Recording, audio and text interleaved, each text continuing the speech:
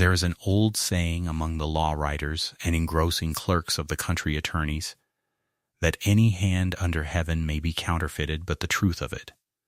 For a patient forger may copy the very shape of a letter and never once catch the life of it. That ink may be aged, and a seal may be cast, and a dead man's own name set to a lie. But the living hand that made a thing, and the dead hand that only apes it, are two different hands to an eye that has learned to see the difference. And the whole art of an honest engrosser is to know the one from the other, and to remember that a great name signed at the foot of a paper is worth nothing at all if the paper beneath it could not have existed on the day the name was set to it. Esther Wren Hetty, to the few below stairs who were fond of her, had read to the old half-blind Lady Aurelia of Thornleigh for 11 years, and no one above the rank of housekeeper had troubled to learn her name. She was 40 when the story properly begins. A spare, plain, quiet woman with ink-stained fingers and a still gray gaze that could hold the shape of a written letter in her eye long after the page was turned away. Dark hair going early to gray beneath a plain cap. She had been born over her father's writing desk in the cathedral town of Elverton, where old Mr. Wren had kept a law stationer's and engrossing office and copied fare. For the attorneys of 3 counties, the deeds and bonds and marriage settlements by which the property of England bound their land and their money, and she had learned her whole trade at his elbow before she could keep house, cutting his pens with the horn-handled knife, and by the time she was grown, engrossing a deed in a hand so true it could not be told from his own. She had learned, too, the darker half of the craft, that an honest engrosser must know as a physician knows poisons, how an ink is made and how it ages and browns, how a wax is cast and a false seal betrayed by its little bubble, how the duty stamp is impressed, and how the very paper carries, woven into it, the mark and the year of its making, and how a forger, having no life of his own to put into another man's name, always in the end betrays himself. She held no office any family would have recognized, and drew no wage above an upper servant's. She fetched Lady Aurelia's shawls and read her the letters her clouded eyes could no longer manage, and sat the long afternoons in the corner of the morning room while the great of the county were served their tea, and never once looked at the gray woman by the window. She was the person the household thought of, when it thought of her at all, as one thinks of the clock on the stair. What the household said behind its hands was uglier, and she knew it. For a plain, penniless woman may be 100 harmless things in a great house, and no one remark it. But let her be seen twice in a fortnight in the same room as an unmarried duke, and the county will settle in an afternoon what it would not trouble to ask in a year: that she is a schemer, a fortune hunter, a designing creature who has crept in by the servant's stair and means to creep up by the great one, and that a woman of her age and her looks and her empty purse can have no business near his grace but the oldest and most shameless in the world. Esther had heard the word fortune hunter reach her from behind a fan more than once in the 11 years, and had learned to let it break over her like weather, but she had never grown a skin so thick that it did not, each time, cost her something. The afternoon the new Duke's great trouble came properly up to the house, she was in the morning room, with Lady Aurelia's letterbox open on her knee, sorting the old correspondence the old lady liked read to her of a wet day, and did not think herself concerned in it at all. "You'll not have heard, I'll wager," said Susan Pruitt, the under-housemaid grown to a quick parlor maid, hanging in the doorway with her cap askew. "It's all over the hall. Mr. Denby the attorney's been shut up with his grace since noon, and there's a debt, a great secret debt of the old Duke's, God rest him, £40,000 if it's a farthing, and a bond to prove it, and his grace must find the money or lose the half of Thornleigh, and shame his father's name into the bargain. And the only way clear, they say, is he's to marry the Frayne heiress, for it's her family holds the bond, and the marriage cancels it. Miss Augusta Frayne, that's as cold as a church font and twice as proud. Married off to save his dead father, like a beast sold at a fair. Isn't it a shame, Miss Wren? It is a great deal of the hall's business, and none of mine, said Esther, without lifting her eyes from the letter she was smoothing, and none of yours either, Susan, though I never yet knew that stop a soul. His Grace has not shut himself up with his attorney to be pitied by the woman who reads his aunt her letters. Go and carry her ladyship's barley water up while it's warm, and leave the poor man his misfortunes. They'll be no lighter for being turned over in the still room. They do say the old Duke was open-handed past his means, Susan went on undeterred, twisting her apron, and ran himself into debt in secret and never told a soul, and it's only come out now he's dead. Mr. Denby's own clerk says the bond's as plain as print, the old Duke's own hand and his own seal, witnessed and stamped and lawful, and nothing to be done but pay or wed. £40,000. It fair makes your head go round.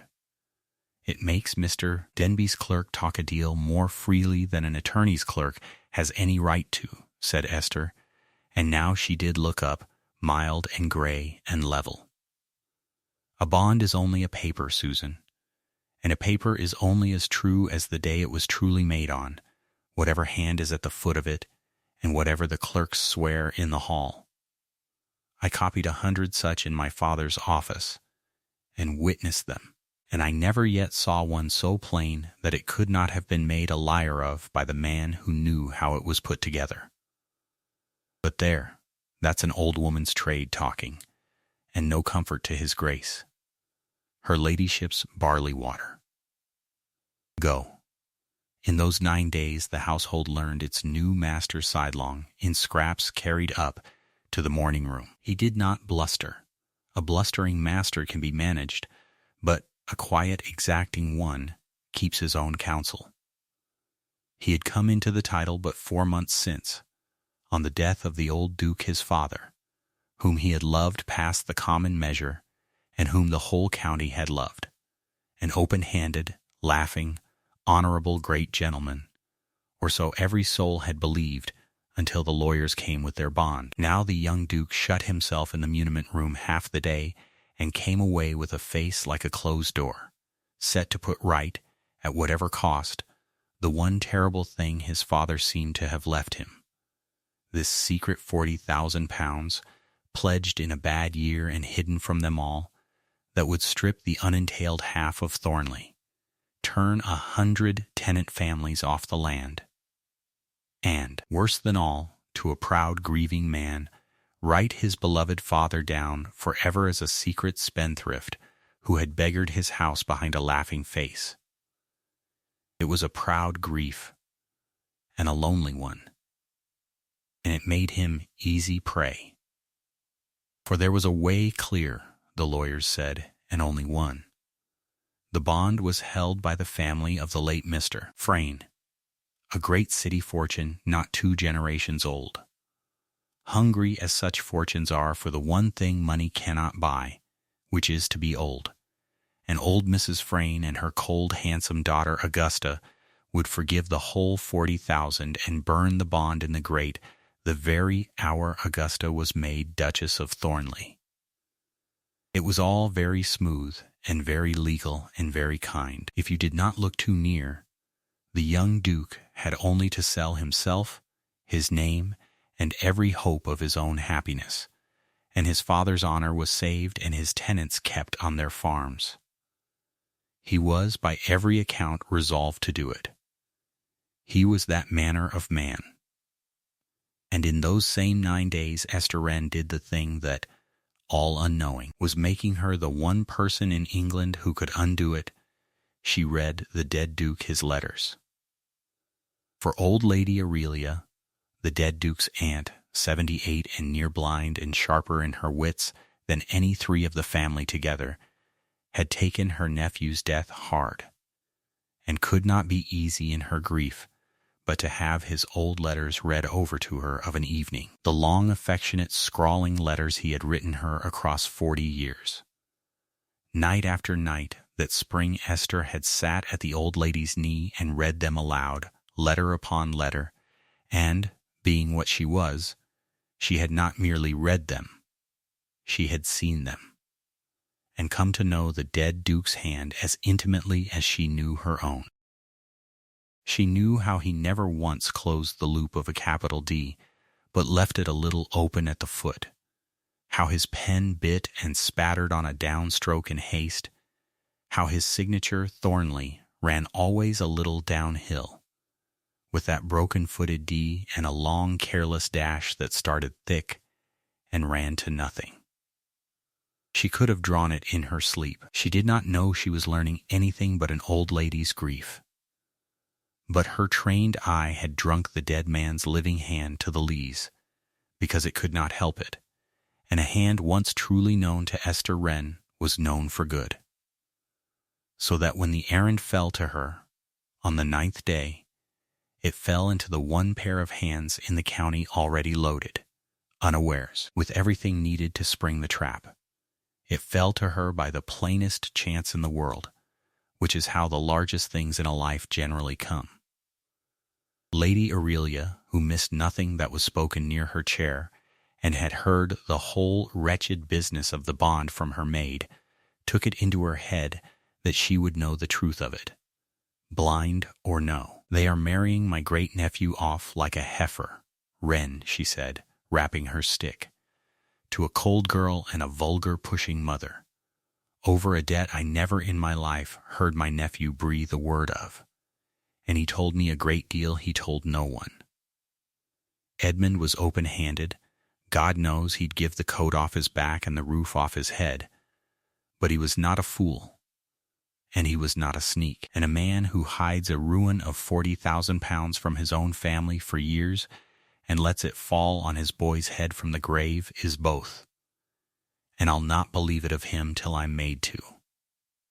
I want to know what this famous bond is that's worth my great-nephew's whole life. I cannot see it. You can.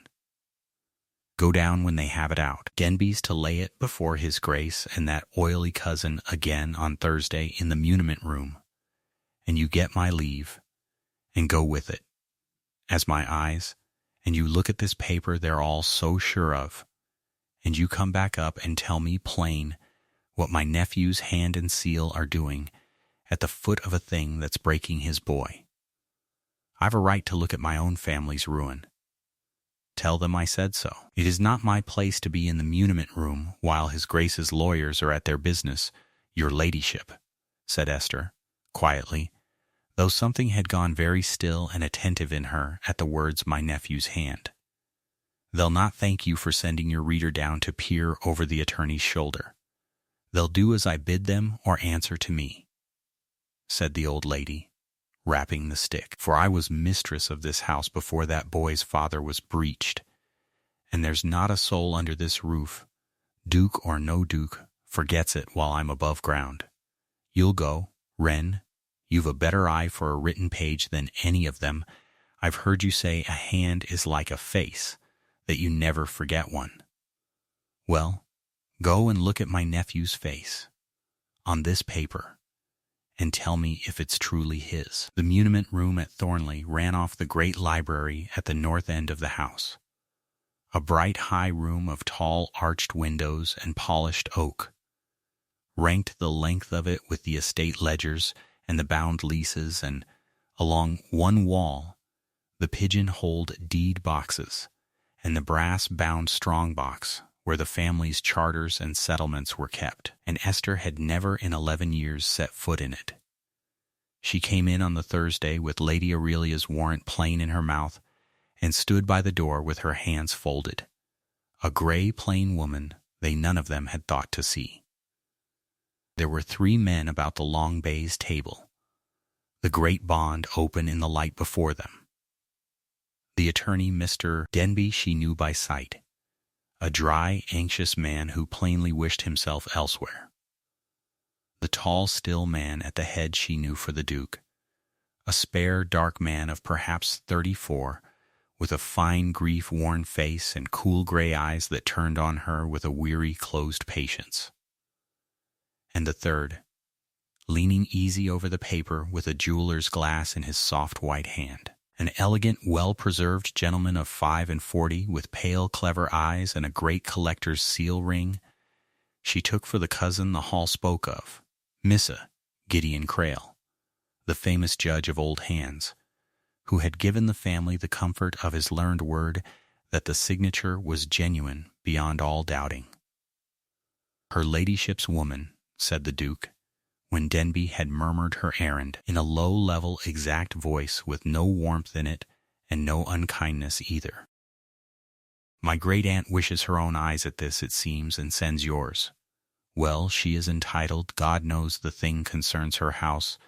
Look your fill, mistress, and carry her up whatever comfort you can find in it, though I fear there is little."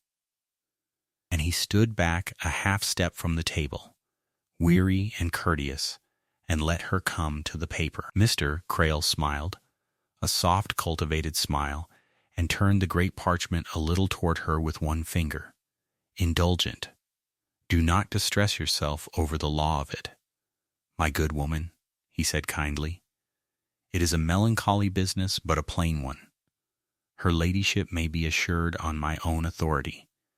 I have handled a great many hands of the last age, and I would stake my name upon this one, that this is the late Duke's signature. See the little open foot to the capital there? A trick of his pen these 40 years. One cannot counterfeit a life's habit. It is his hand, past question. Would to God it were not." And Esther Wren bent over the great bond in the clean north light to look at the dead Duke's face and read what she was shown, because she could not help it, because a written page under her eye was a thing she read to the marrow whether she willed it or no. It was the signature that stopped her, but not for the reason Mr. Crail so kindly supposed. The broken-footed D was there. The downhill slope was there.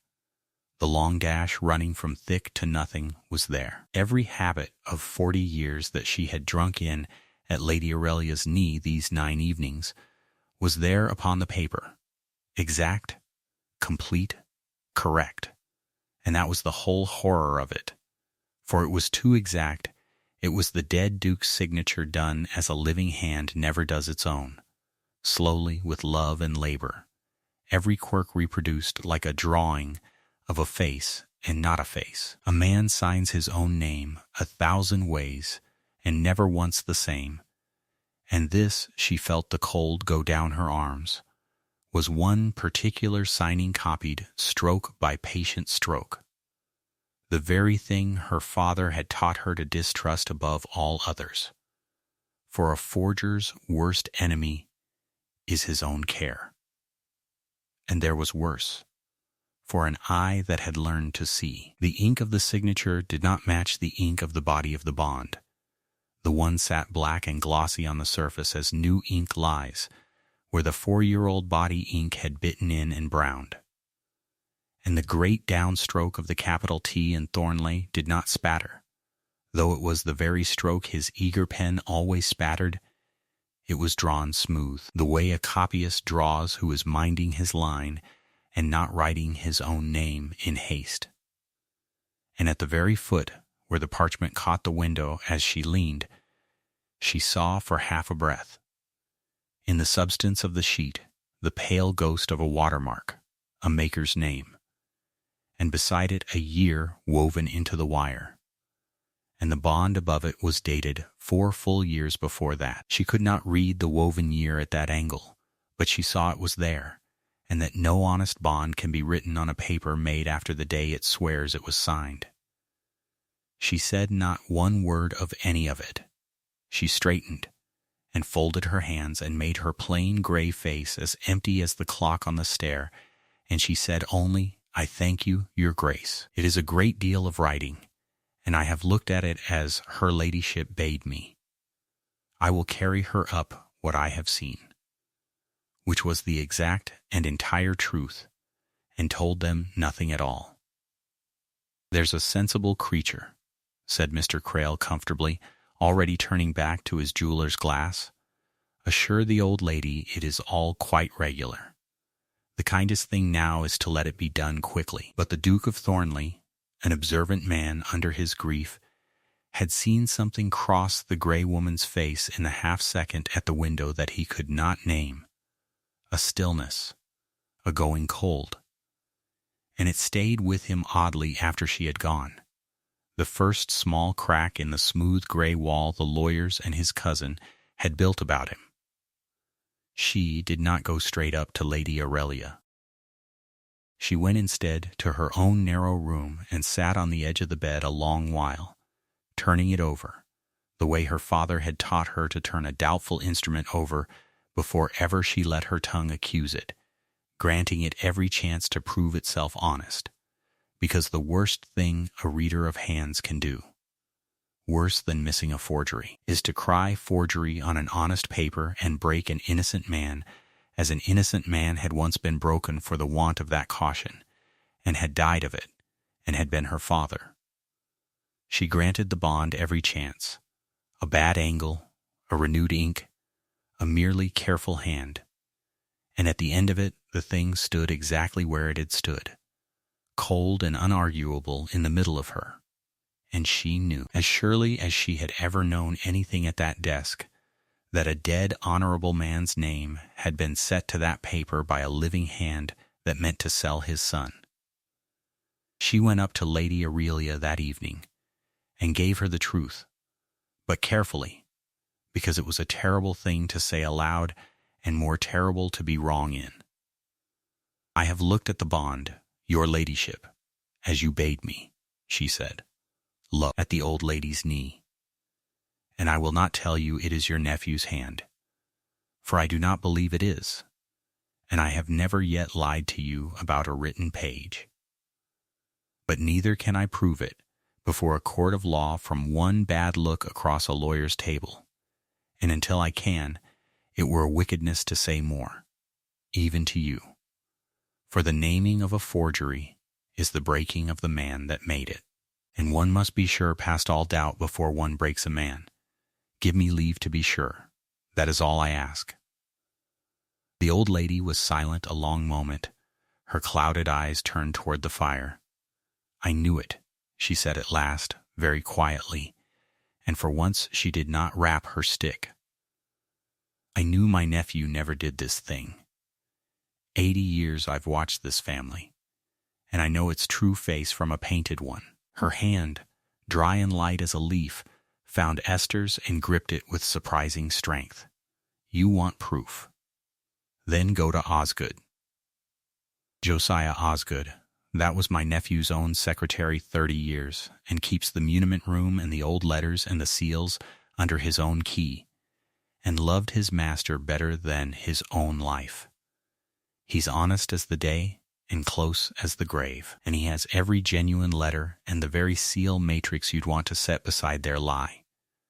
Put it to him plain, and if there's a true thing to be found, he'll help you find it. And Wren, the grip tightened. "Do not go to my great-nephew. Not yet, and not on your own word. You are a paid companion the whole county has decided is a fortune hunter, and he is a proud, grieving man surrounded by clever gentlemen who all swear the paper's true.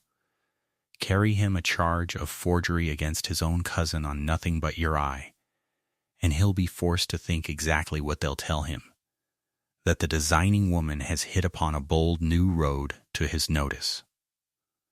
Get your proof first, through Osgood. Then let it be laid before him, so it cannot be called a schemer's tale," which was, almost word for word, the reasoning Esther had already made in the dark, and it steadied her to hear it in another mouth. Mr.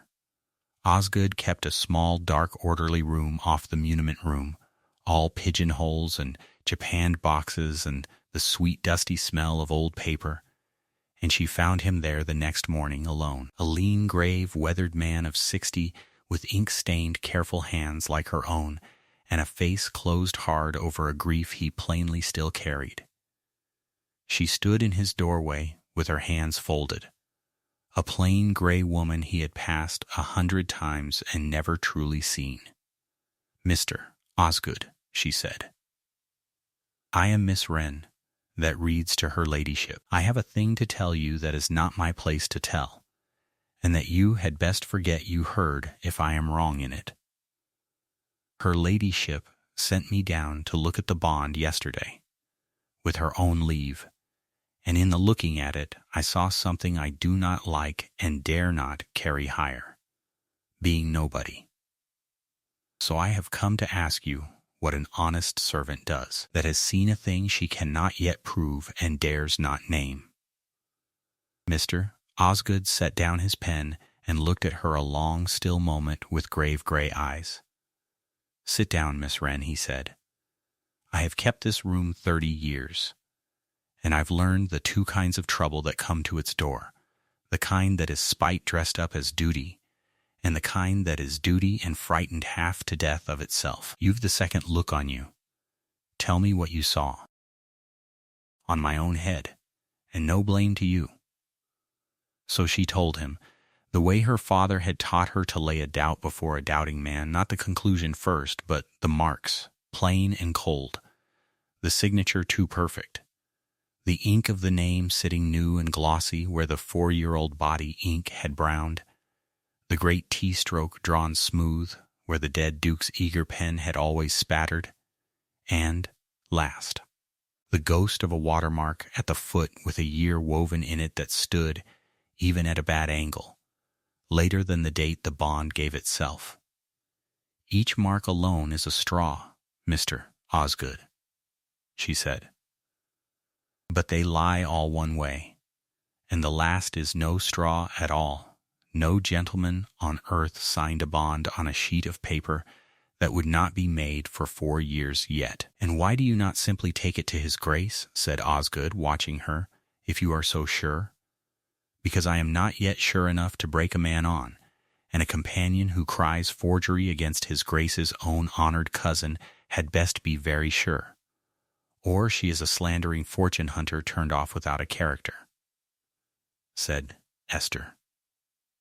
"If I go up and say, 'Mr. Crail forged the old Duke's hand,' whose word does the Duke take? The first judge of old papers in England, his own blood, or the sermon reader he has spoken to once? He turns me off by dinner, and Mr. Crail burns the true papers in a night, and his grace goes to his cold wedding still.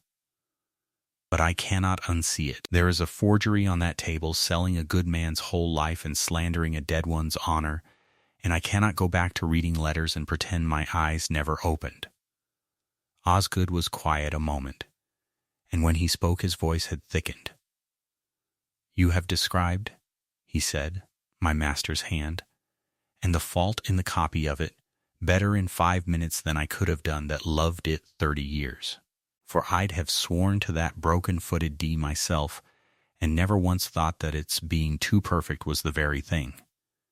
God forgive me, I helped them find the specimen letters they matched it from." He passed a hand over his face. "What would you need, Miss Wren, to make it proof past any man's doubting?" "3 things, and you keep all 3, said Esther. "The genuine letters of the late Duke, that I may set his true careless signing beside their perfect one, his own seal matrix, that I may cast a true impression and lay it against the wax on the bond, and a clear daylight reading of the watermark in the bond's own paper, which no power on earth can alter, for it is in the substance of the sheet. Set those 3 beside the bond, and no forgery in the world is clever enough to stand it. But not in a corner, Miss Osgood, in the open, on the great table, where his grace himself may watch every proof, and let Mr. Crail be there to answer it." "Then it must go to his grace," said Osgood, "for the letters and the seal are his, and only he can command the bond laid open beside them and his cousin brought to stand to it. That is the one thing neither you nor I can do." He rose, slow and grave, and suddenly resolved.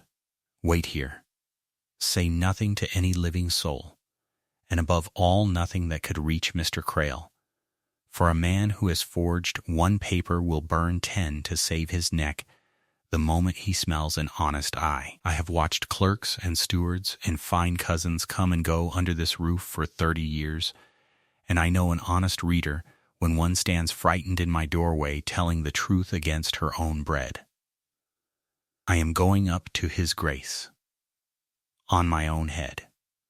Wait, and pray I have not misjudged him.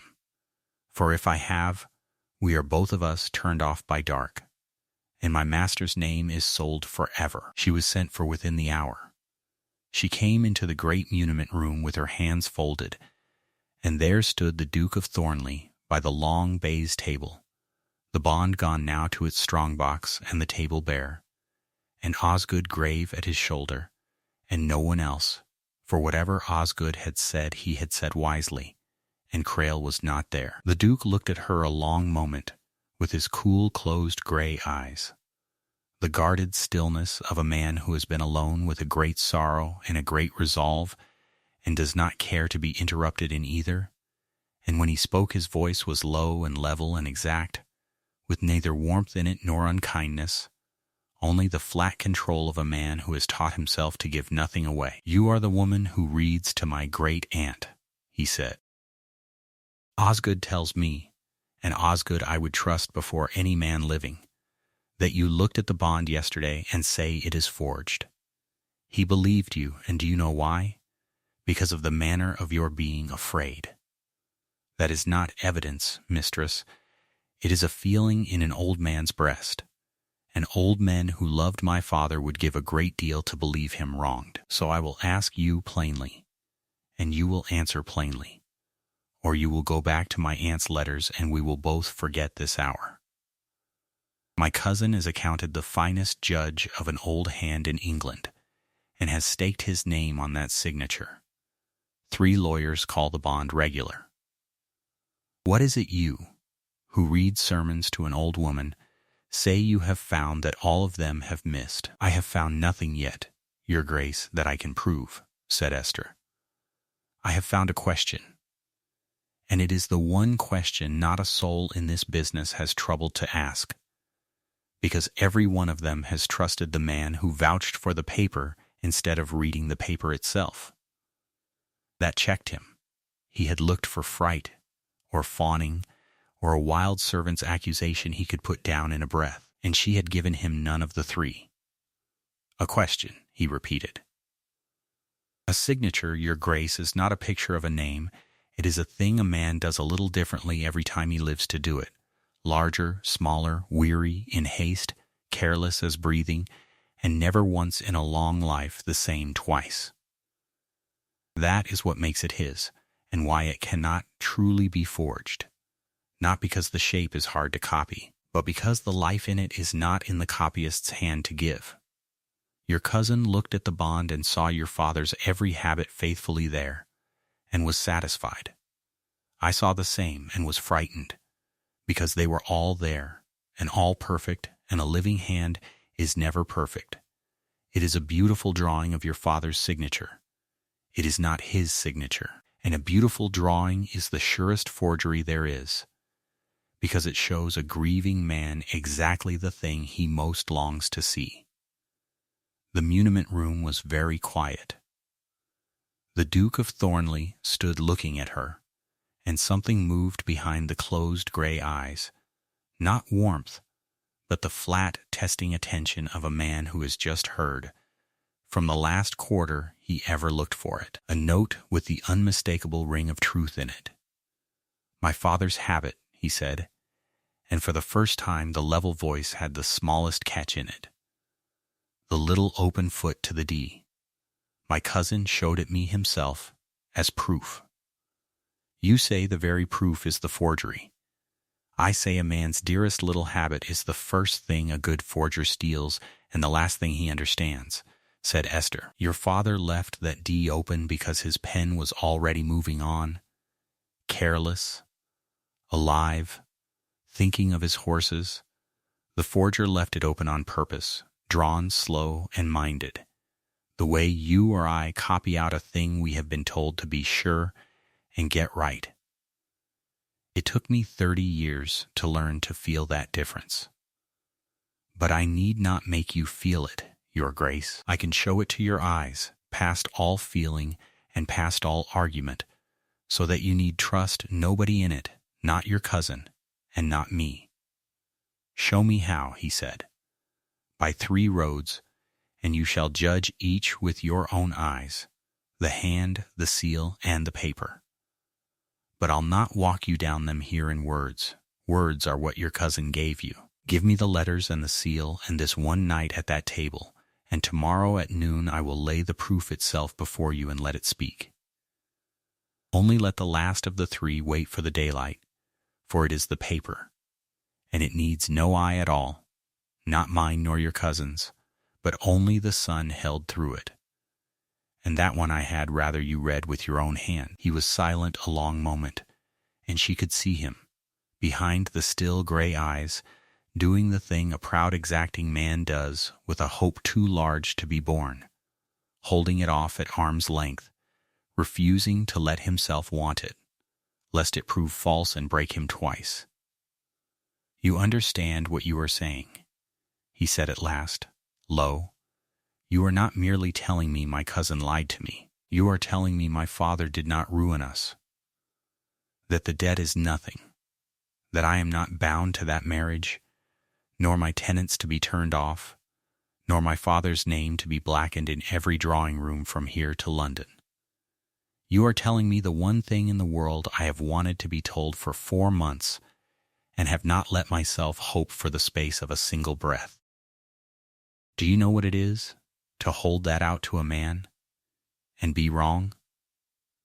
I know exactly what it is, Your Grace, said Esther, very quietly, for it was done to my own father, the other way about, a false hope of clearing his name held out and dashed, and it killed him. That is why I will not hold you a hope.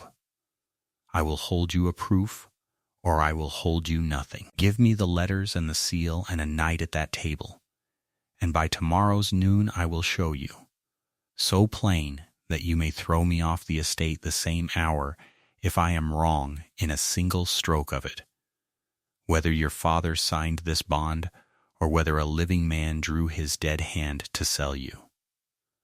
And if I am wrong, you will owe me nothing but a cart to the turnpike, and I will go, and not complain of it. But I do not think I am wrong. I have been reading hands since before you were breeched, Your Grace, and I have never in my life been so sure and so sorry to be sure. Then prove it, he said. Tonight, here, in this room, with Osgood by you, and every letter of my father's he holds, and the seal out of the strong box by my own key. And tomorrow at noon I will stand at this table, and I will send for my cousin to stand at it too.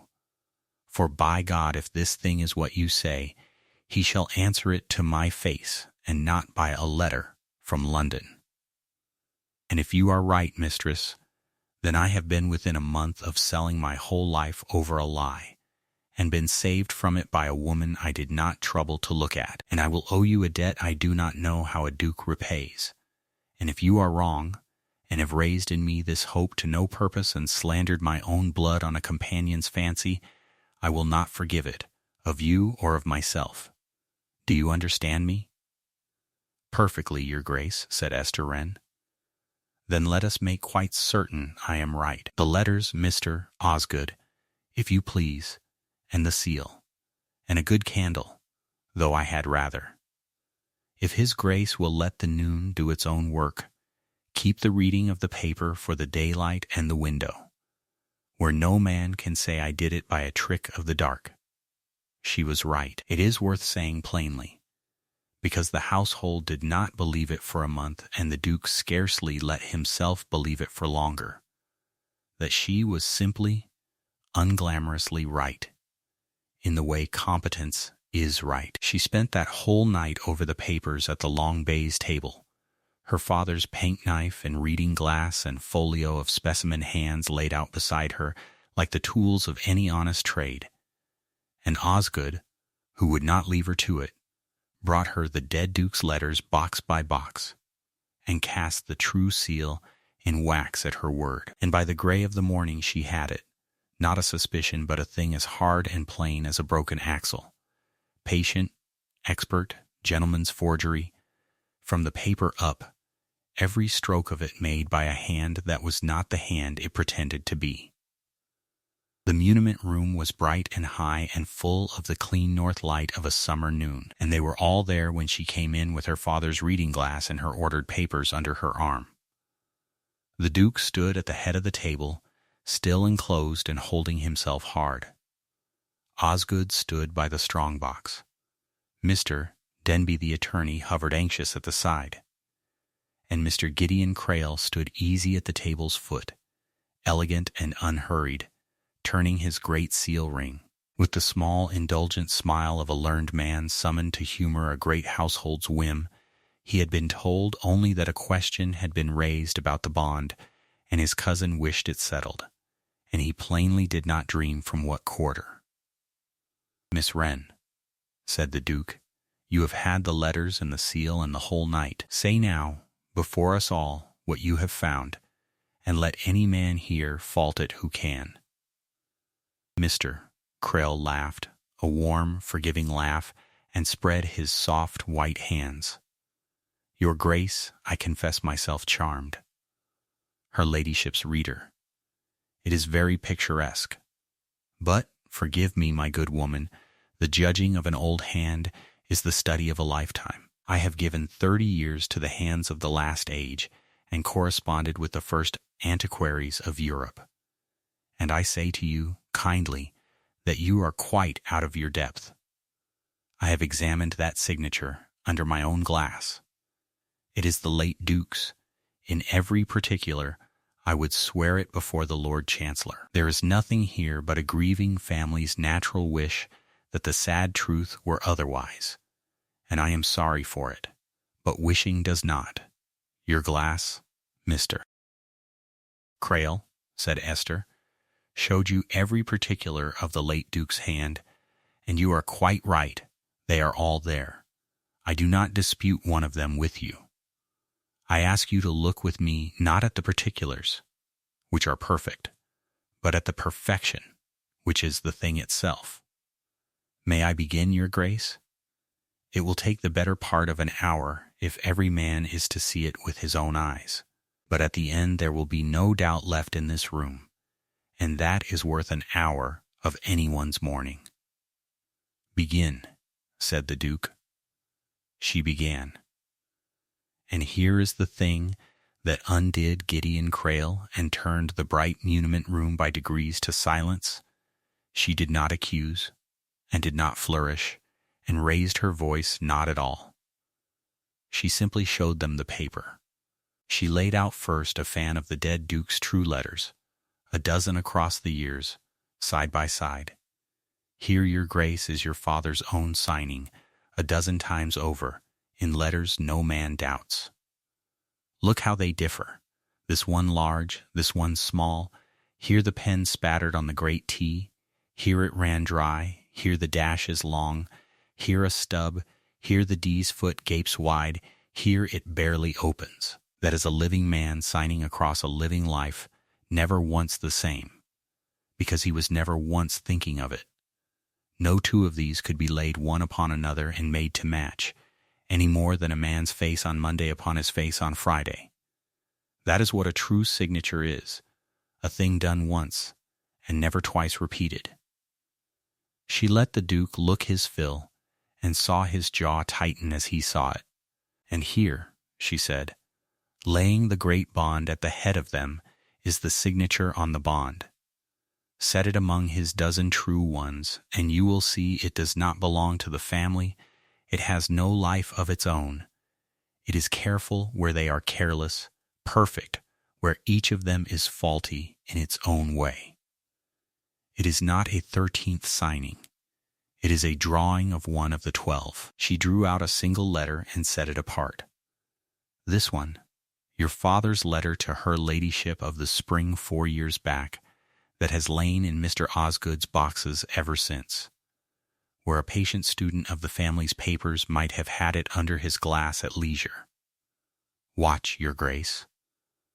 I ask nothing but the window and your own eyes. And she took up the bond and that one letter, and carried them to the tall arched window where the noon light poured through, and laid the one sheet over the other with the two signatures together, and held them up against the blaze of the day, so that the light came through both together, and the whole room came to the window whether it would or no. And there, in the sunlight through the two sheets, the signature on the bond lay upon the signature in the letter, stroke for stroke, loop for loop, the long dash running out to nothing at the very same nothing, the broken foot of the D gaping by the very same hair. Two names, written years apart by what were sworn to be the same free hand, lying one perfectly upon the other. Exact, identical, impossible. No living hand did that, your grace, said Esther quietly into the silence, holding the light steady. It cannot be done. A man cannot sign his own name twice so that one signing covers the other. I could not. Your father could not. The king upon his throne could not. Only a tracing lies so true. A name laid over this very letter against the glass, exactly as I hold it now, and drawn through. That is not your father's signature copied from his hand. It is his signature copied from this sheet, which has never left this house, and the man who copied it is a man who had this sheet. Mr. Crail had stopped smiling. She came back to the table and took up the little disk of wax Osgood had struck from the true matrix in the night, and laid it beside the seal on the bond. The seal tells the same tale in another tongue. Your grace.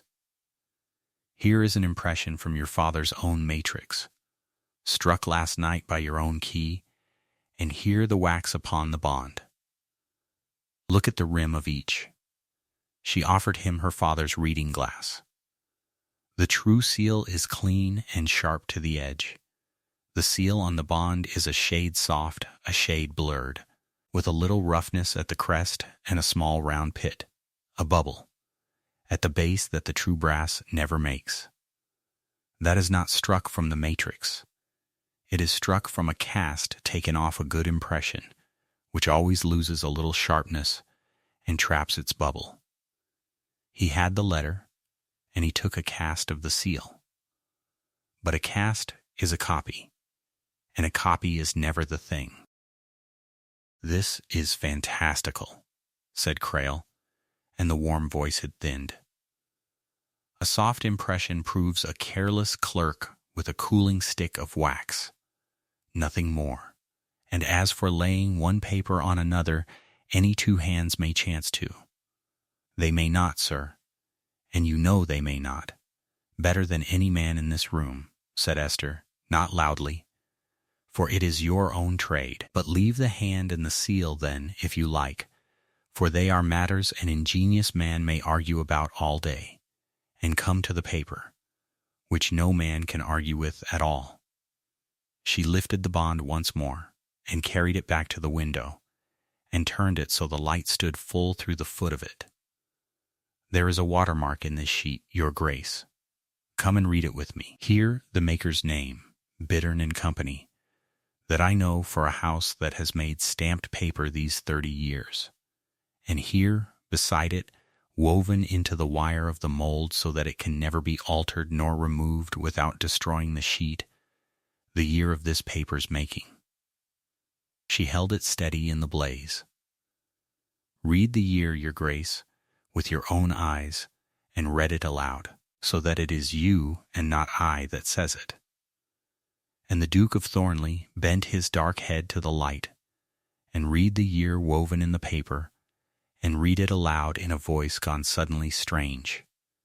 And it stood, plain and unarguable in the substance of the sheet, 4 years later than the date the bond had given itself in its own body, 4 years after the day on which the dead Duke was sworn to have signed it. The bond is dated the spring of the year 6, your grace, said Esther softly. The paper it is written on was not made until the year 10. Your father did not, in the year 6, sign a debt upon a sheet that would not exist for 4 years more. No one could. The hand, the ink, the seal, a clever gentleman might dispute till nightfall. This he cannot dispute, nor can the Lord Chancellor, for it is not a matter of eyes or learning or opinion, but a date woven in a paper, and the paper is younger than the promise it carries. The bond is a forgery. There was never any debt. Your father owed the Fraynes nothing, and you are bound to no one. The great muniment-room was utterly still. The clean noonlight lay along the polished floor, and the dust hung in it, and the Duke of Thornleigh stood holding the bond to the window with both hands, looking at the year in the paper as a man looks at the face of someone he had buried and thought never to see again. "This," said Crail, and the smooth voice had a thin crack running through it now that had not been there before. "Your Grace, this is a mare's nest got up by an ignorant woman who does not understand the very papers she handles. The date signifies nothing. It is common, it is entirely regular, for an original bond to be re-engrossed, exemplified afresh upon new paper, when the first is worn or mislaid. What she has, plainly, is a later fair copy of a true and earlier instrument, and she has taken the honest newness of the copy for a then where, Mr. Crail, is the true and earlier instrument," said Esther. "And why does this copy carry the late Duke's own wax seal and his own signature, and not the copyist's certificate that every honest exemplification in England carries at its foot? A re-engrossed bond is signed by the living parties and marked plainly a copy. It does not wear a dead man's own seal and his own traced hand as though he had set them there himself. You have not described a fair copy, sir. You have described exactly what this is. A new paper made to pass for an old signing, and given it a kinder name. And there is a plainer test than all my reading that I will gladly stand or fall by." She turned to the Duke. "Let Mr. Crail do at that window what I did. Let him lay the one signature over the other against the light with his own hands, and tell this room they do not match. He is the first judge of a hand in England. He need only hold 2 papers to the glass. If they do not lie perfectly one upon the other, I am a slandering fool, and will go to the turnpike within the hour." And Gideon Crail looked at the 2 sheets on the table, and at the blazing window, and he did not put out his soft white hand to take them up, because he knew, as well as she did, what the light would show. And the silence of his not daring went round the bright room like a cold draught, and was a plainer confession than any words could have been. He had built 45 years of standing upon his learned name, and the certainty that no one beneath him would ever dare to check his word, and a plain woman in a gray shawl had asked him to hold 2 papers to a window, and he could not, and every soul in that room saw that he could not. "I will not," he said at last, thickly, "be catechized at a window like a schoolboy, by a reader of sermons, over a parcel of old letters and a housekeeper's wax. My word upon that signature stands upon 30 years of—" "Your word, sir," said the Duke of Thornleigh, and his low voice had gone very quiet and very terrible, "has just declined to hold 2 papers up to the light. I have my answer." And he turned from his cousin as though the man had ceased to stand in the room, and looked instead at Esther Wren, and something had come up behind the closed gray eyes that was not testing and not wariness, but a stunned and dawning wonder. "You have not only told me the bond is forged, Miss Wren. You have shown it me, so that I need believe no man's word for it, not even yours. My father owed nothing. My father hid nothing. My father did not fail us. He was robbed of his good name in his grave by someone who had the run of his letters and the skill to use them. And I was within a month of laying down my whole life to mend a wrong that was never done.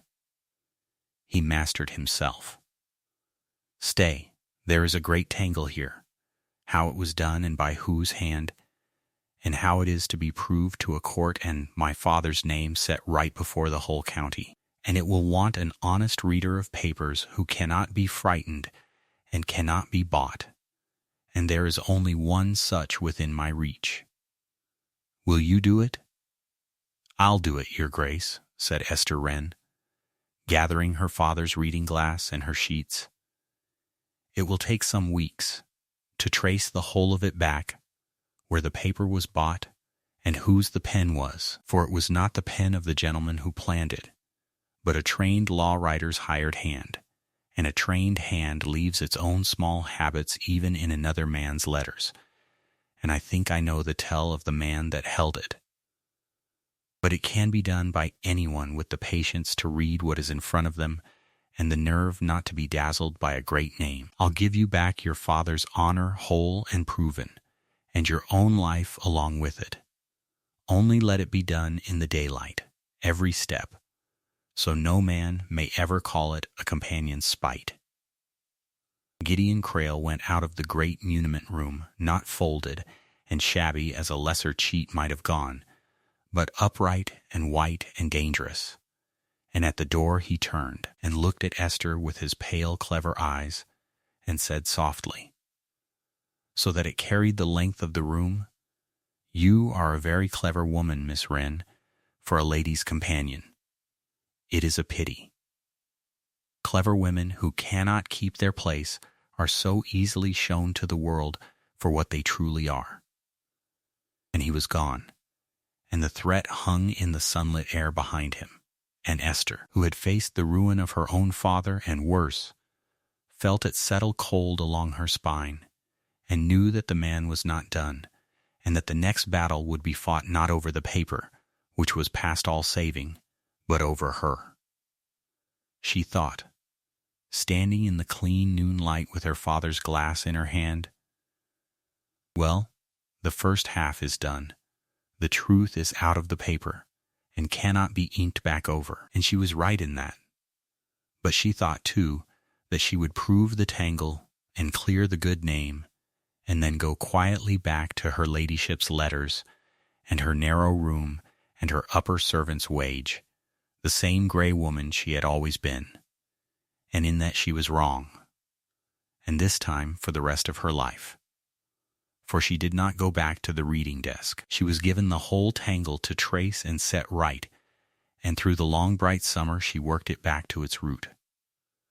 She traced the very paper, Bittern and Company's stamped sheets, sold by one law stationer in the county town, whose day book showed a quire of that make bought 2 winters since by a shabby law writer over a chandler's shop, one Mr. Sturge, a fair engrosser once, ruined by drink, who would set his trained pen to any gentleman's dirty work for a fee, and whose own small tell, a hitch in a certain looped letter that no care could cure, sat in the dead Duke's traced hand like a stranger's footprint in another man's garden.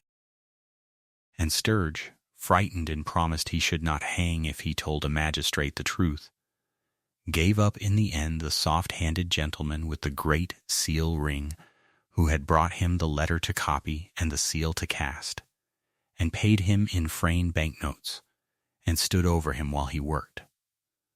And so the thing stood whole and proven long before the summer's end. In a sheaf of sworn papers no court could refuse, the forgery, the forger's confession, the gentleman who commanded it, and the black motive under it all, that Gideon Crail, cousin and heir presumptive, run through his own fortune and hungry for the great one he stood second to, had made himself the Frayne's secret creditor and the trustee of the marriage he forced, to sit at last with his soft hands on the ducal purse, and, failing the marriage, to hold a bond that would strip and shame and break the young Duke, and turn the county toward the respectable cousin as the fitter man to bear the name.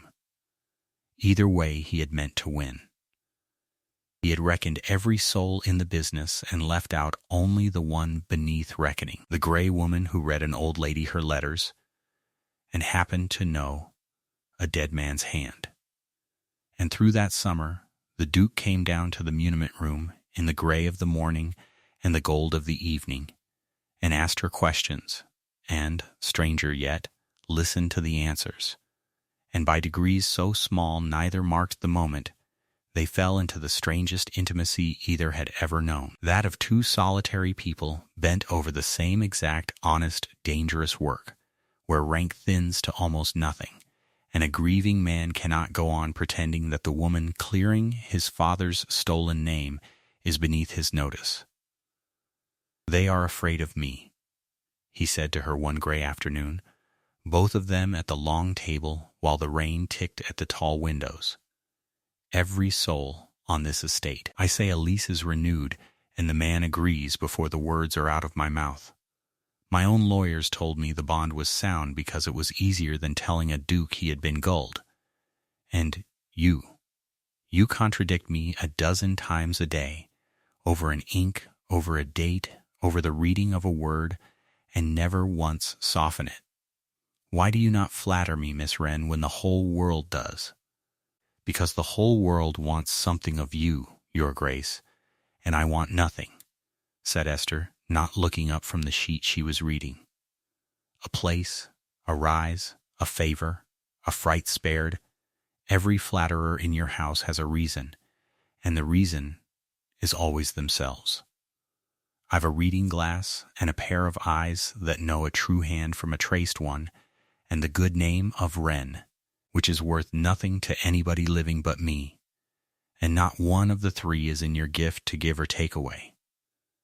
A person who wants nothing of you is the only soul in the world who can afford to tell you the truth. You would do well to keep one always by you. They are worth more than the first antiquary in England, and a great deal harder to come by, and they never once send in a bill." He was quiet at that, and she did not see the look on his face, because she had learned young that men say the truest things when they are not being looked at, and presently he told her the thing he had told no one. "I was so ready to believe it," he said, low, staring at the rain. "That is what shames me past the forgery itself. When they laid that bond before me, some part of me, God forgive me, some part almost welcomed it. Because if my father had secretly ruined us, then his death had left me a thing I could mend, a debt I could pay, a penance I could do, and doing penance is easier than grief. I would rather have believed my father a hidden spendthrift I could ransom with my own life than have no way at all to be near him again. So I never questioned the signature. My cousin held out to me a wound I could bleed for, and I took it, and never asked to hold the paper to the light. You held it to the light. And you have given me back a father with clean hands, and taken from me the penance, and left me only the plain grief, which is heavier, and truer, and mine." He turned and looked at her. "I do not know how to thank a person for that. There is no coin for it." "Then do not try, Your Grace," said Esther. "I did not do it for thanks. I did it because I could not do otherwise. Because a hand cried out to me across a table that it was not the hand it claimed, and I have never been able to leave a lie in a paper lying, any more than you could leave a man drowning in a pond you were passing. My father was the same, and it cost him everything." She set down her glass. "You should know the whole of me, since you have told me the whole of you, and it is a short tale. My father was an honest law writer, a better judge of a hand than your cousin will ever be, and he found a forgery once, a gentleman's forgery in the office where he served, and reported it, as an honest man must. And the gentleman was believed, being a gentleman, and my father disbelieved, being a clerk, and it was put about that he had made the false paper himself out of spite, and he was ruined and disgraced and died of it inside 2 years, an honest man called a forger to the last by every soul but me. So when I say I know how it feels to hold out a cleared name and see it dashed, I am not speaking at large. I could not save my own father's name. I found I could not stand by and watch another honest dead man robbed of his, when I of all the world could see the theft and hold my tongue and be safe. She looked up, gray and steady. That is the whole of me. There is no more. The Duke of Thornleigh said nothing at all for a long moment, and when he spoke it was only, very low, "It is a great deal more than most people are, Miss Wren," and he did not trust himself to say the rest, and went instead to the window, and stood turning something over that he had thought long settled about the sort of woman a man in his place might come to value. For the household had begun to feel the change, and it pleased them a great deal less than it pleased her, since it upset the order of things they leaned upon. Mrs. Kegworth, the housekeeper, jealous of every inch of her standing, took to a cold civility worse than rudeness, and let fall in the servants' hall, meaning to be overheard, that some folk who had come into a house with one box and a dead disgraced name had grown very grand of late, forever shut up with his grace, and that she knew a fortune hunter's long game when she saw it played, however plain the face. And the county, hearing the cold Frayne marriage was off through the meddling of the great aunt's paid reader, did not say how brave, it said, over its port, that the designing Wren woman had cooked up a tale against poor maligned Mr. Crail to break the match and clear the field for herself, and that they should all see within the 12-month what she had angled for. Esther let the whispers break over her like weather, and only to Osgood did she say anything of it at all. "They think I did it to catch him," she said, not bitterly, only tired. "Every soul from the still room to the Lord Lieutenant. They cannot imagine I did it because it was true." "They think," said Osgood, looking up with his grave gray eyes, "what small comfortable people always think when they see one of the overlooked prove worth more than the whole gilded rest of us, that it must be by some low trick, since it cannot be by plain desert. For if it were desert, then any of them might have looked at that bond and seen what you saw, and did not, and there is no thought less comfortable than that one. Pay it no mind. You have given a dead master back his honor that I loved 30 years and could not save, and a living one back his life, and 100 families their farms, which all the great folk who now sneer at you would have watched, sold without stirring a finger. If the county cannot bear the sight of that, the fault is in the county." And he took up his sheet and went back to it, and left Esther standing in the bright light with a feeling that was not quite fear and not quite hope, understanding for the first time that she stood between two worlds and belonged wholly to neither. A lonely place to stand, and one that would grow lonelier before ever it grew otherwise. Gideon Crail was not so easily done with as a man caught out ought to be. The Duke, unwilling to loose a public scandal upon his own blood and his father, but 4 months in the grave, had not yet gone to the magistrate nor made the thing open. And Crail, with 45 years of respected standing to save, and the pit of the law at his back, spent that summer not in shame, but in building a defense. And his defense, since the paper was past all denying, was not to deny the forgery, but to deny the woman. To have the meddling companion who found it shown a scheming, half-taught fortune hunter, so that no gentleman in the county need ever weigh her word, and the whole discovery might be retold as a designing spinster's plot to break a great marriage and snare a duke. In this he had ready allies, the affronted Fraynes, robbed of their coronet and furious to be told, however gently, that their famous bond was waste paper, and Mrs. Kegworth, nursing her grievance, and the county's own sweet willingness to believe the worst of a plain poor woman who had risen. He came in the last week of August, when the sworn papers were all but ready for the magistrate. And he came not humbly, but in a bluster, dressed as injured innocents, with Mrs. Frayne and cold Augusta sailing in his wake and a sharp hired attorney at his elbow, resolved to fight where it would do most harm, in the open, before the assembled household, where a plain woman might be shouted down by 45 years of gentility. He swept into the great hall where the Duke stood among his people, and flung out one soft ringed hand at Esther, who had come down with the papers under her arm and stopped dead at the sight of the gathered room. "Your Grace, I come for justice," he said loud and rolling. "I have been these 2 months a slandered man. My name, our family's name, cried down before the whole world. And upon whose word? Upon the word of that woman there. A paid companion, a reader of sermons to a blind old lady that came into this house with one box and a forger's name, for her own father, your Grace, was turned off in disgrace as a maker of false papers. Ask where you like, it is well known. And who has, out of the oldest ambition of her scheming sex, got up a farrago of ink and dates and old wives' cleverness to break your marriage, ruin your nearest kinsman, and leave herself the only woman standing near a duke?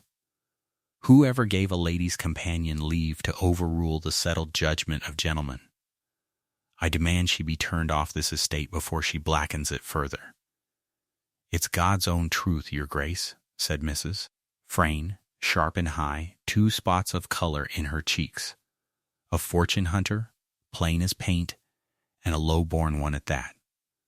My Augusta was to be your duchess, and this creature has cheated her of it with a conjurer's trick and a wicked tongue. There's a name for women who worm their way toward great men by ruining honest gentlemen, and it is not a word I'll soil my mouth with in company." Esther might have borne it in silence. She had borne a great deal in silence in 40 years. But she saw the Duke draw breath to speak, saw in his face that he meant to fling his whole newly inherited name before his entire household on the side of a paid companion against his own blood, and she could not let him.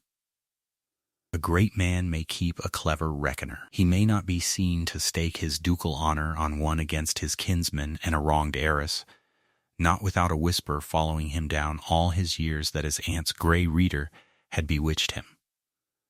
She saw the whole of it in the half-second before he spoke, and stepped forward and spoke first, and headed him off from ruining himself for her sake. "No, your Grace," she said. "Let me." And she folded her ink-stained hands before her gray gown and faced Gideon Crail, and her voice was not loud, but it carried the length of the great hall, because it did not shake. "Mr. Crail, you say I am ignorant, and a schemer, and my father a forger. My father was an honest man broken by a lie exactly like the one you have built, and I will not defend his grave to this company. It does not need me, and neither in the end does yours. You say I did it to catch a husband. Then hear me, sir. Before them all, I want nothing in this house that I did not bring into it. I ask no place, no rise, no marriage, no coin above my wage. I claimed one thing only, and I claim it still, that I can tell a living hand from a dead traced copy, and a paper from the year it was truly made in, and those are not opinions, sir, and they are not a woman's wiles.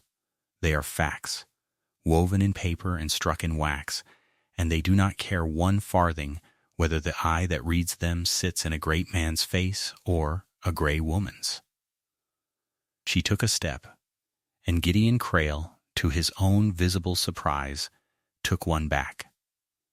"You say I got up a farrago," she went on. "Then send for other eyes than mine.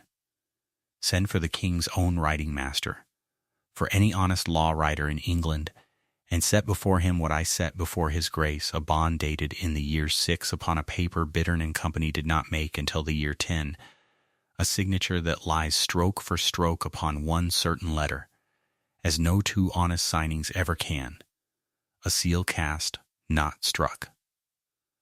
And send for Mr. Sturge, the broken law writer over the chandler's shop, whose trained pen did your engrossing for your Frayne banknotes, and who has sworn the whole of it to a magistrate this fortnight past, and named the soft-handed gentleman with the great seal ring who stood over him while he worked. It does not need me, Mr. Crail. I found it. But I am not it. You came here to put out the one pair of eyes that troubled to look at your paper before they could teach the rest of the world to see. And you are far too late, for the paper is sworn, and the forger is sworn, and no turning off of a companion in England can unweave a year from a sheet of paper now. The silence in the great hall was total. The late summer light lay gold along the flags, and no one moved.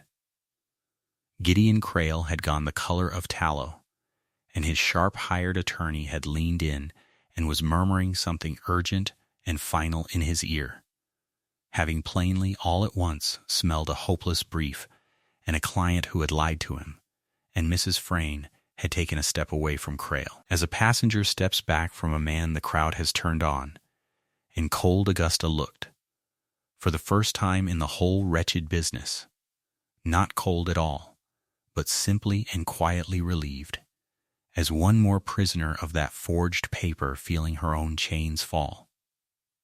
"This is a conspiracy of servants and paupers," said Crail, but the roll had gone thin as water, and no court will credit a drunken scribbler and a scheming, but even he heard how it fell into the silence, and he did not finish it. He looked once round the ring of still faces and found not one to meet his eye, and he turned on his heel and went the length of the great hall and out at the door, upright still, but walking fast, his attorney a half-step behind him, already talking low about withdrawing from the cause, and the sound of his carriage going off down the avenue came back up between the walls of the house. And Esther Wren stood in the enormous quiet, with her hands folded and her heart going hard, and thought, with a strange calm, "Well, that is done. Now I shall be turned off in my turn, for a great house cannot easily keep the grey companion who shamed its master's kinsman before the county." "Miss Wren," said the Duke of Thornleigh, and it was the first time in 11 years that anyone in that house had put a Mrs., or a miss said like an honor, anywhere near her name and meant it. "Will you come into the small library where it is quiet? There is a great deal I find I wish to say to you, and I had rather not shout it the length of my own hall in front of the household and the Fraynes." He shut the door of the little book-lined room behind them, where the low gold light of the late afternoon fell across the shelves, and one tall window looked down the home park, and Esther stood in the middle of it with her hands folded and waited to be thanked and pensioned off, and had her whole small speech ready, how she would go without fuss, how she asked only a character, that she might find some other place that wanted a plain woman who could read a true paper. He offered her, first, money, a sum that made her sit down without meaning to. She refused it. He offered, next, to make her keeper of the estate's papers and muniments in name and in fact both, over any man of business in England, with a proper salary and rooms of her own and the freedom of the library for life. And this she did not refuse, but neither did she answer, because she could see in his face that it was not the thing he had brought her into the quiet room to say, and that he was working his way toward the true thing by the road of the easier ones. "Julian," she said then, more quietly. She had never used his name, and did not know she was going to, and the sound of it stopped him as though she had laid a flat hand on his chest. "There, I've said it, and the roof has not come down. Now say your piece plainly, your grace, and I'll say mine, and let us neither of us be cowards about it. For I am too old to be courted round the houses, and you are too honest to enjoy the doing of it." So he said it, plainly, in the plain words they had both come to trust. "You stood in my hall not an hour since," he said, "and you would not let me defend you. Do you know why that undid me, when nothing in all my life has? Because I saw what you were doing. You saw, quicker than I did, that if I spent my name on you before the whole county, they would say you had bewitched me into it, and you would sooner take that man's filth full in the face and walk out onto the road without a character than let the defending of you cost me a farthing of my standing. A woman with nothing shielded a duke with everything, and meant to walk out of my life without so much as letting me thank her for it. And I stood there and understood, all at once, that in the whole of my guarded life I have never once been valued by a soul who wanted nothing from me, and that I was about to let her go back to reading another woman's letters. I am not offering you rank," he went on, and the level voice went for a moment unsteady. "Rank is nothing. It came to me out of my father's grave and very nearly cost me my whole life to a lie. I am offering you the only thing I have ever found worth the giving, a partnership of equals, in the plain sight of God, my name to yours, and my judgment laid open to your plain sense. Every day we both live. Spend what is left of our years keeping me honest, for there is no one else alive I would trust to try it. And I find I cannot go back to being flattered now that I have once been told the truth. You showed me the difference between being served and being told the truth, and a man cannot unknow that, and I will have no other woman in England but the one who taught it to me across a table of forged paper." Esther Wren was 40 years old, and had prided herself her whole life on having no illusions, and discovered in that little room that she had nursed the largest illusion of all, the one that had told her, since she was young and plain and poor, that a woman like her was not permitted, by God or the world, to be simply and wholly loved for exactly what she was. "They will say I am a fortune hunter," she said, when she could speak. "They have said it for 11 years on no evidence at all. Marry me, and you hand them their proof. They will say it of me until I die, and some of them after, that the gray companion cried forgery to break your marriage and creep into your bed, that she planned the whole of it from the first, that you were gulled by a designing spinster twice as neatly as ever your cousin gulled you. You know they will. You have lived among them. I know them to the bone," he said, "and I do not care one straw for the opinion of people I do not respect, upon a matter they cannot understand, concerning the only happiness I have ever been offered.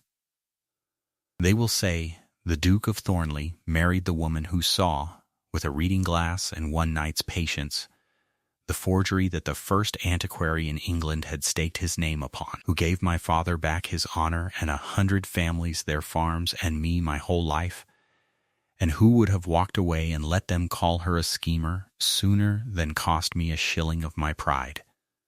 Let them say it. It is even true, every word." And he held out his hand to her, not a lord's hand offered to be kissed, but a plain hand, open, palm up, level, between equals. "Esther, I have asked you a question. You have never in your life left an honest question unanswered to spare anyone's feelings. Do not begin now." And Esther Wren, reader to the great aunt of the Duke of Thornleigh, looked at the offered hand, and at the gray eyes that had learned, at 34, not to lie to her, and she gave him the truth, as she had given him nothing but the truth from the first hour, because the truth was the only dowry she had ever owned, and it turned out to be the only one he had ever wanted. "Yes," she said. "God help the pair of us." Yes, they were married in the small gray parish church at the edge of the home park, quietly, in the first week of October, with the harvest in and the whole scandalized county watching from behind its curtains, and not one of it invited. Mr. Osgood gave the bride away, and thought his old heart would crack with the rightness of it, standing in for the honest dead master whose name she had cleared, and Mrs. Kegworth, who had come to gape and stayed to be ashamed, wept through the whole service. And old Lady Aurelia, who might have been the loudest against the match, and was instead by far the shrewdest for it, told the whispering pews in a carrying voice that her great-nephew had done the one wholly sensible thing of his life in marrying the only person under his roof with a pair of eyes in her head, and the courage to use them. And when the plain vows were said, the little church was so still they could hear the rooks in the elms, and more than one hard old tenant come to stare and stayed to be moved, said afterward that the silence when the Grey Reader became the Duchess of Thornleigh was the silence of a whole small world quietly rearranging itself around a truth it had not seen coming. She never played the great lady, and never once tried to.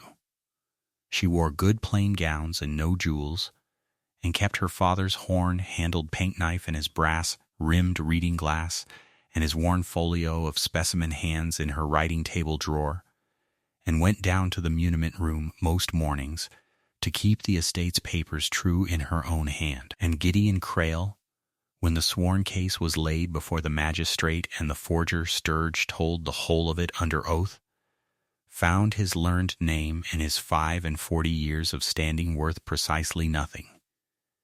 He fled the country a step ahead of the law and died abroad some years after, shabby and disbelieved and small, which is a colder ruin than any prison.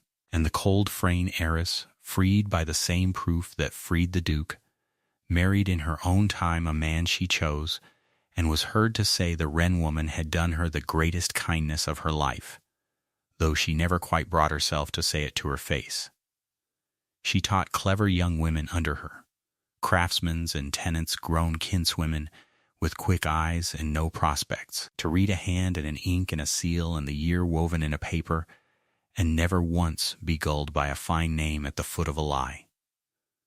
And she and the Duke were the most quietly contented couple in the shire, and his Grace, who had come into his title grief hollowed and shut as a locked strong-box, grew into a man at ease in his own skin, who could laugh and be argued with over an ink of a morning, and looked at his unlikely Duchess across the breakfast table as though he could not quite believe his own good fortune, and never learned to take it for granted, which is the whole art of a long happiness.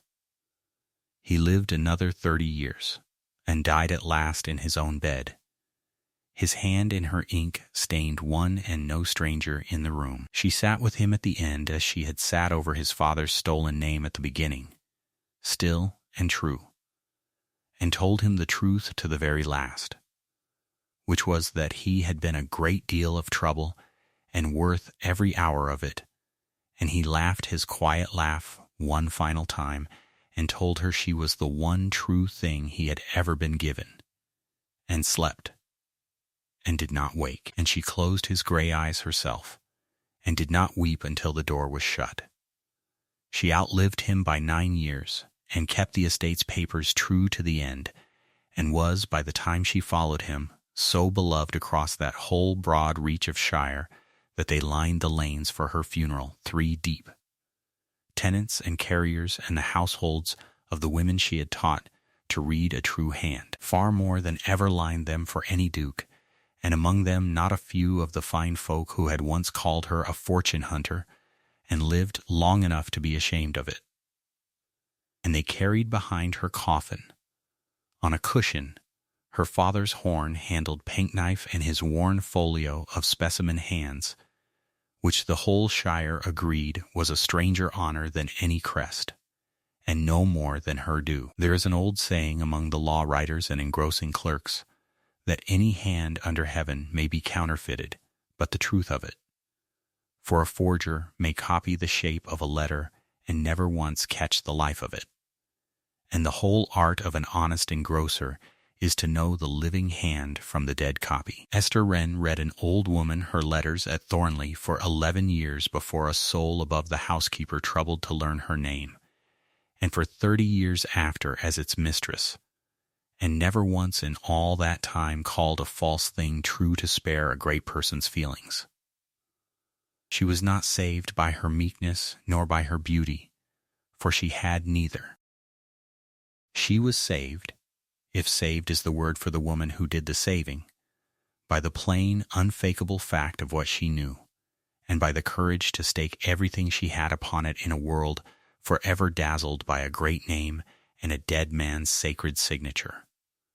And a forger who in his day could counterfeit any hand in England had found there was one hand alive he could never once counterfeit, and it was hers, and it made her the truest hand in the county. The tenants whose farms she saved said it first, and the women she taught to read a true paper said it after. And in the fullness of years even the great folk who had scorned her came round to saying it too, until it was less an opinion than a fact of the country, worn smooth with the saying, that a plain, gray-gowned woman with ink on her fingers had held 2 papers up to a window and seen through a forgery that the first learned men in England had sworn was true, and given a dead master back his honor, and a living one back his life, and asked nothing for it at all.